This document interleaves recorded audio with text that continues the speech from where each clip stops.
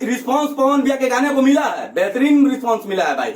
अगर आप coming soon का पोस्टर लगाइएगा 27 तारीख को और गाना रिलीज कर दीजिएगा 27 तारीख के 3 बजे भोर में, तो ऑडियंस तो प्यार आशीर्वाद खूब जम के देंगे ना भाई आपको। भाई वो भी दे ही रही है प्यार। खूबी ऑडियंस ने आपको प्यार आशीर्वाद दिया है, तो अभी भी टाइम है, सतर्क हो जाइए। पवन सिंह की टीम से रिक्वेस्ट, हाथ जोड़ के विनती है, गाना का पोस्टर आप आउट कीजिए तो उसको आगे टीजर आउट कीजिए और रिलीजिंग डेट का समय पुख्ता मैंने अगर समय दीजिए कि भाई है तारीख को गाना आएगा। पहले तो तारा के बता दी कि वीडियो देखे तो पहले दबा के शेयर कर दो, काहे के शेयर में तो लोग कंजूसी करो। तो हमनी के कहीं ना कहीं पुख्ता सबूत के साथ अभी ले जा गाना फाइनली जौना गाना के पोस्टर काल तक कमिंग सून रहे। ऐसे देखा जाए मैंने अगर कहल जाए तो बिना न्यूज के बिना इंफॉर्मेशन के अगर कोनो गाना रिलीज कर देवल जाए तो जौना के परिणाम जौन पवन सिंह नयका गाना के मिलल बा बराबर सारा गाना के वैसे परिणाम मिली भाई। सुबह से अभी तक गाना आया हुआ है, मात्र 5 लाख व्यू 13 घंटा में। ये कैसा रिस्पॉन्स है?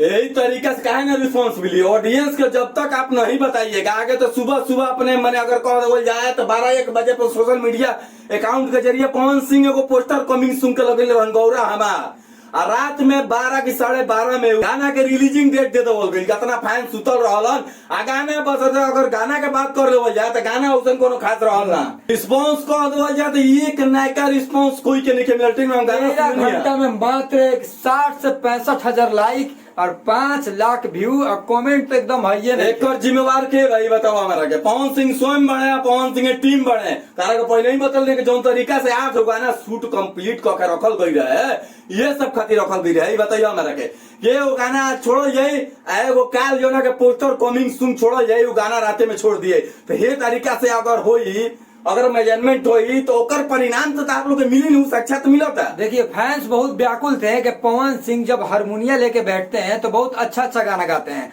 और बहुत ही मधुर आवाज में गाते हैं, लेकिन इस गाने को देखकर ऐसा लग रहा है माँ अम्बा भक्ति फिल्म से जो गाना आया है, माँ अम्बा भक्ति फिल्म से जो गाना आता है कहीं ना कहीं एक रिकॉर्ड बन जाता है और अलग लेवल का गाना होता है। ऑडियंस से पूछिए ना, आप ही लोग बताइए, दिल पे हाथ रख के बताइए, दिल थाम के बताइए कि गाना आपको कैसा लगा।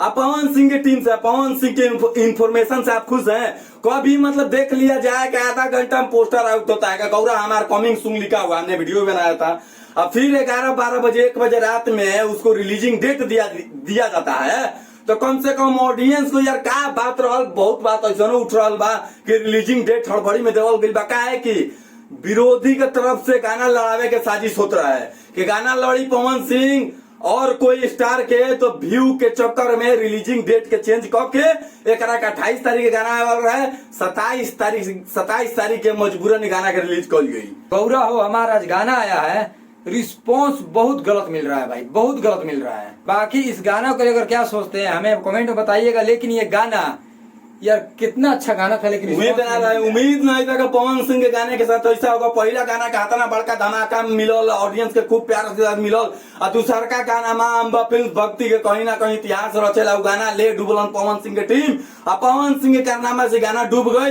देखल जाए तो हमारा बुझाता कि 10 से 12 दिन में 1 मिलियन हो, भले 1 मिलियन के पोस्टर लग जाए, लेकिन वो गाना का प्यार सीधा नहीं मिलल। जो तरीका से पोस्टर आउट हुई तो हमारा से लिख के लेला सारा गाना पवन सिंह के फ्लॉप जब